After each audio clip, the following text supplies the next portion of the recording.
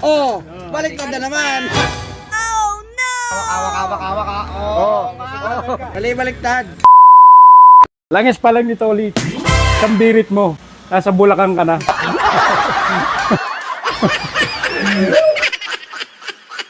Ang daming pagawaan sa Commonwealth, daming shop ng mga motor. Hindi ako basta nagpapagawa. Dinadayo ko pa dito sa Knowledges. Knowledge. Grabe naman, no? The best yan. Salamat, Paps. Ika, saan kayo, Paps? Gamuson, shout out pala sa naggawa ng motor ko. In-experimentahan ninyo. Ngayon, ang magpapagas na naman ako. So yun, magandang araw mga idol, at dito nga ay meron na namang dumating. Motor niya ay pinag-eksperimentuhan at maraming problema. Wave i125. Laki ng gastos dito ni Paps. Namulubi na ako dyan. Magkano gastos mo na dyan, Paps? Basta abot na ng 50 mo, lumahigit pa. May 50 na. Ayon nga po kay Tropa, more or less 50 mil na ang gastos sa wave niya. Bukod sa mga kaha, buong pyesa ng makina niya ay pinapalitan na niya. Original lahat daw ang kanyang mga ipinakabit. Ang problema nito, walang hatak, dining, tapos karburador, may problema din. Inumpisahan ko na ngang siyasatin ang loob ng kanyang makina at nang ang tropa natin ay mawala na ang kanyang problema. Ang problema, wala sa timing. Oh my God! Lagay mo anak sa ano yung ano, tusukin mo lang saglit. Top dead center yan. Yan. Tapos dito, sa kabila, oh, malayo. So malayo. Yung bolt niya dito, lumuwag siya. Oh no! Then, kumuskas siya dito. Yan, ganyan dapat. Yan, ganyan dapat oh. Di ba? Ganyan dapat ang tama. Tapos, kailangan to, gumagalaw yung camshaft niyan. Ito dapat may gasket ito. Nilagyan nila ng ano? Yung gasket maker. Dapat ito dapat nakalagay dyan. Yan, ito dapat. At pagkatapos ko naman sa kanyang cylinder head, ay ito naman kanyang clutch system ang ating sisiyasatin. Alright. Replacement yung gasket niya. Pero okay pa naman. Bago. Puro bago na pala to eh. Laki na nagastos dito. Kaya doon ako sumamaan ng sando. Oh, bago na to. Bago rin to. Bago to, ito. Ay, alog. Bago ba to? Bago po yan. Bago ba to? Bago po yan. Oh no! Malas alog. Ay, alog agad. Hindi tumagal. Pala nila yan. Yan. Local eh. Tapos yung mga sala to. Useless oh. Kasi yan, kailangan nakalock. Ang trabaho kasi nito, papasok siya dito para mag-lock. Ngayon, hindi siya maglalak kasi hindi naman siya nakapasok eh. Useless to. Kita nyo, nakaganyan. Kailangan to nakaganito. Sample ko lang. Kailangan nakaganon. Itong isa, kailangan nakaganon din. Nakalak lahat.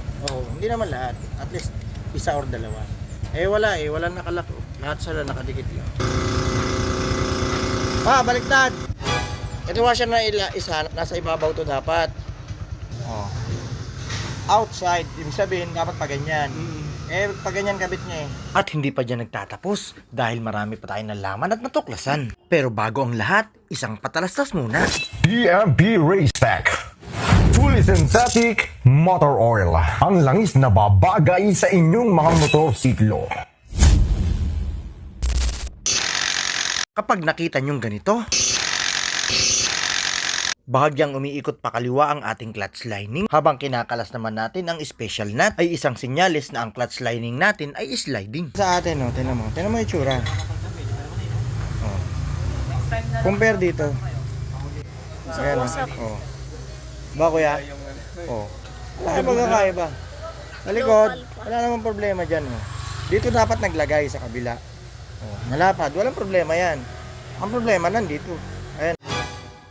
Neribit na rin pala ang kanyang clutch housing at hindi na bago. Wala naman sanang problema, pero mali ang pagkakakabit nila. Pero dahil nandyan na yan, gagawin na lang natin ang ating trabaho. Hindi naman tayo naninisi, pinapakita ko lang sa inyo kung ano ang tamang diskarte, kung ano ang mali at kung ano ang tama. Para na sa ganun ay may matutunan po kayo at nang hindi maging sayang ang oras ninyo sa panonood nito. Lining. Okay pa naman lining. Okay to. Okay. Yan yung plate. Yan, baliktad oh. Tingnan mo ha. Yung kabit nung isa, ganito. Yung kabit nung isa, pa ganyan, matalim to. Matalim. Ito, medyo madulas. Yung walang kanto yung dulo. Ang kabit dapat pa ganyan. Tingnan mo tong isa, oh. Oh. Kahit brand nyo yan, kung bali-baliktad ang kabit, dudulas yan. Mali yan, dapat pa ganito ang kabit nyan. Yan. Ito matalim, oh. Ganyan yun, kuya. Yung sulok.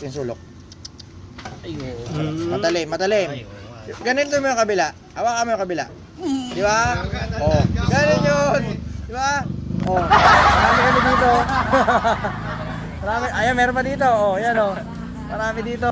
Eksperimento niya talaga yung motor ko. Yan natin, diba kami baliktad pa? Oh! Baliktad na naman! Baliktad! Baliktad! May dulas. Hawakin! Baliktad din! Dulas. Dapat! Balik ta rin. Dapat ganyan! Hindi tayo talim. Yan Yan, mga liwanag. Hindi naman, tuturo mo. Ayan, awak. Mali baliktad! Diba? Gagawa na natin paraan. Okay pa naman to eh. Bago yan, boss. Okay pa yan. At dito nga po'y marami tayong nakitang problema. At hindi lang po yan, napakarami pa. Walang spacer. Dito yung nakalagay. Plant shop kasi ito, ilagay ng sprocket. Dapat may spacer pa yan dyan. Dito sa loob. Yun ang hindi nila nakabit. Dahil mahaba na ang bidyong ito ay hindi ko na kayang maipakita ang napakarami niyang problema. Ito yung spacer. Yung spacer inner na yan ang para dito. Yan. Pag wala kasi yan, masisira ang bearing. Yung bearing ng plant hub, tsaka bearing ng mismong hub. Paps. Oy, maraming salamat, boss. Thank you. Thank you, Paps. Punta kayo rito, solid. Thank you. Yung makita mong masaya na siya dahil natapos na ang problema niya ay tunay na nakakagaan ng loob sa ating mga mekaniko. Pa kami hanggang Bulacan, pero sure. Ayan yun. Boss, thank you. Ingat! So yun, hanggang dito na lang. Hanggang sa muli. Bye-bye!